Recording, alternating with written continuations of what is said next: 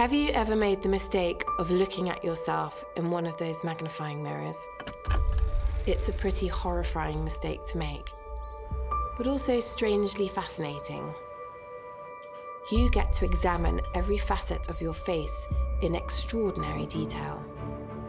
Every pore, every hair, every blemish, every line.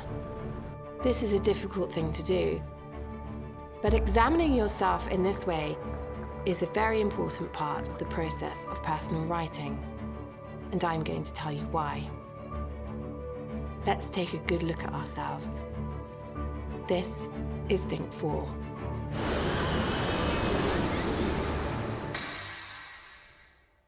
When you have written personal essays in the past, you've most likely focused on the event or the experience, but not spent much time reflecting on how it changed you in some way.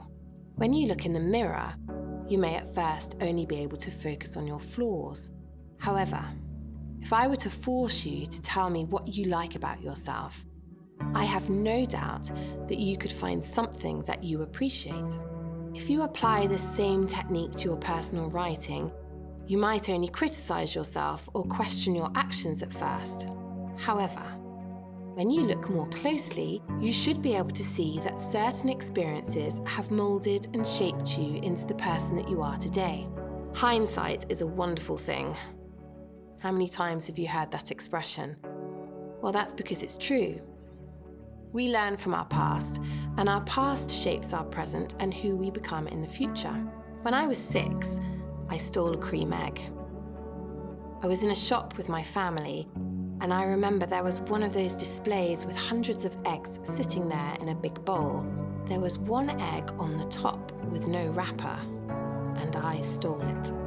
Once outside, I trailed slowly behind the rest of my family, and feeling the egg begin to melt as I clutched it inside my pocket, I stuffed the whole thing into my mouth.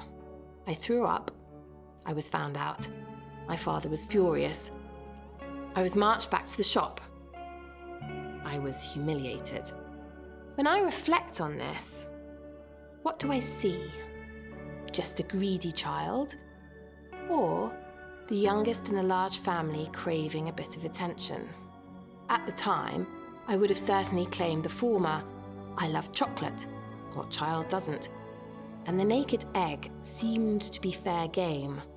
However, looking back, on reflection, in retrospect, with hindsight, I see that I was also attention-seeking. I didn't need the chocolate. I certainly didn't enjoy it. But for that brief moment, I was the sole focus of my parents' attention. So, why do children shoplift? If I were writing a reflective essay about this incident, this is the question that I would consider for wider reflection. Wider reflection is where we consider how an experience has taught us something about life, about society, or about people in general. I might take this experience and consider the other reasons for shoplifting. A need, a rush, peer pressure. I might consider how incidents such as these are dealt with by parents. How should we punish such misdemeanors? And then I would return to my personal reflection. What did I learn about myself? Did I learn my lesson? Well, for one thing, I can tell you that I still get a stab of fear when I see the shoplifters will be prosecuted signs, and cream eggs make me slightly queasy. And what do I see when I look in the mirror? I see someone who's made mistakes, of course.